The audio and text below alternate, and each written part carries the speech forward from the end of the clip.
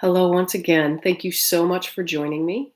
We are doing A Course in Miracles lessons, and we are on lesson 350 today. Miracles mirror God's eternal love. To offer them is to remember Him, and through His memory, to save the world. What we forgive becomes a part of us as we perceive ourselves. The Son of God incorporates all things within Himself as you created Him. Your memory depends on His forgiveness. What He said is unaffected by His thoughts, but what He looks upon is their direct result. Therefore, my Father, I would turn to you. Only by your memory will you set me free, and only my forgiveness teaches me to let your memory return to me and give it to the world in thankfulness. That is the end of the prayer. And as we gather miracles from Him, we will indeed be grateful. For as we remember Him, His Son will be restored to us in the reality of love. That is the end of lesson 350. Miracles mirror God's eternal love. To offer them is to remember Him, and through His memory, to save the world. God is unaffected by anything. We are affected really only by our thoughts. And so when we offer miracles, which are changes in perceptions and joinings in love, we offer love.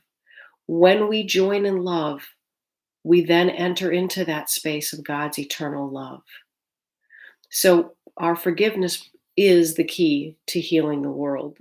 But forgiveness is really forgiving yourself. It's letting go of the idea that we have any kind of battle to win or lose, that there is anything that could ever attack us, that there is any way that we could ever be flawed or separate from God. Let's see what Tina Spalding's channelings tell us. You are blessed beings indeed. I am that one you know as Jesus. Your purpose here is to remove all the barriers to awareness of love's presence. Love is always present.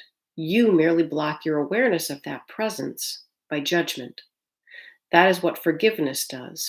It removes from your mind the barriers to your awareness of love's presence. And that is God's presence. God is love. And when you are aware of love's eternal presence through your forgiveness practice, you are in alignment with God. That means that the separation is ending, fear subsides, and you will feel better.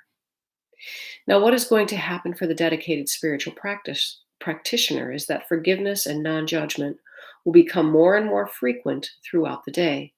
The mind will become more and more peaceful. The connection to the divine will become clearer, and you will receive guidance more easily as you practice forgiveness. The forgiveness is your choice of love over fear.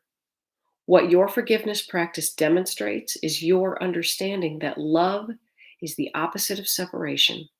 And when you choose not to separate, therefore, not to judge, you align yourself with the loving frequency that is always present.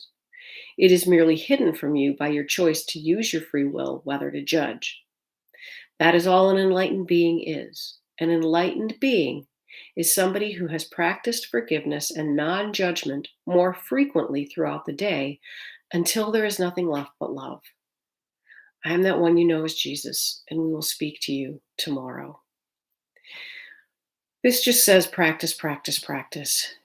When we practice non-judgment, when we allow ourselves to let go of those knee-jerk, fear-based reactions, love and acceptance become so much easier. And those threats that we feel to our safety and security dwindle. They are diminished greatly simply by being willing to see love in all things. Remember that God is love and forgiveness is love. And so God is forgiveness, God is love, and you are love as well. We are all the same thing. The most amazing part of this is physics has proved that everything that we can see is made up of the light waves and particles that vibrate at the frequency that is love. And so there is love, there is light in everything in this world. No matter how dark we may seem to think it is, no matter how dark we judge something, there is light that is available in everything. And so when we focus on only the love, that is the miracle at work in this world. If we choose only love, then we do not see the darkness. When we do not see the darkness, there is no separation. We do not side with the ego. When we do not side with the ego, we wake from the dream, from the nightmare that we are separated from God, and heaven becomes enmeshed and it becomes one with us. It fuses with us, and we step back into the state of being that is the kingdom of heaven. Remember that heaven and its state is a state of being rather than a geographical place. It's not a physical location.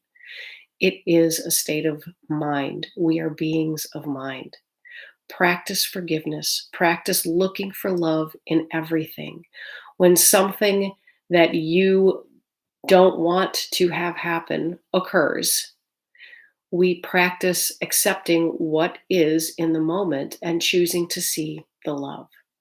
And the more that we do that, the easier it gets, and the less often those painful, knee jerk, fear based, panic stricken, angry, embattled reactions happen. We don't have to have all of those emotions. We get to learn that all is always as it should be, and everything is an opportunity for love.